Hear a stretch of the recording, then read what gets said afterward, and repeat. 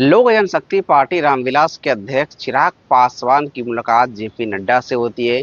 उससे पहले केंद्रीय गृह मंत्री अमित शाह से होती है।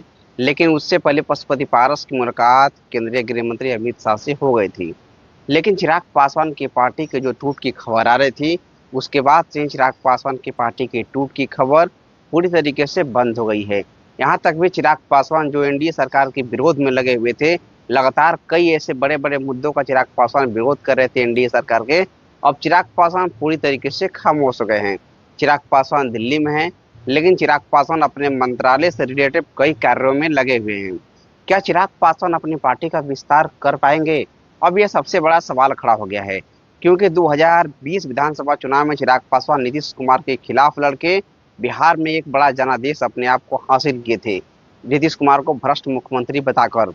तो क्या चिराग पासवान नीतीश कुमार के ही नेतृत्व में बिहार विधानसभा का चुनाव लड़ेंगे, या चिराग पासवान नीतीश कुमार से अलग होंगे? ये अब सबसे बड़ा सवाल खड़ा हो गया है, क्योंकि चिराग पासवान जिस मुख्यमंत्री को भ्रष्ट मुख्यमंत्री बताए थे, उसी मुख्यमंत्री को लोकसभा चुनाव में बेस्ट बता दिए थे। लेकिन वो तो लोकसभा का चुनाव था।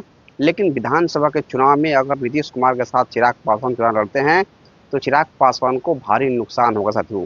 ये कहीं ना कहीं चिराग पासवान के लिए काफी 2025 विधानसभा चुनाव चिराग पासवान के लिए एक सबसे बड़ी अग्नि परीक्षा होने वाला है।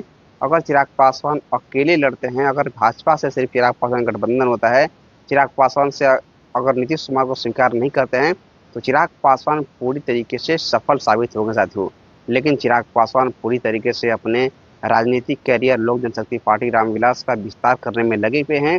आने वाले समय में 2025 विधानसभा चुनाव बिहार का हो या फिर झारखंड के चुनाव हो, लेकिन चिराग पासवान उसमें पूरी तरीके से जबरदस्त लोक जनशक्ति पार्टी का विस्तार करेंगे साथियों।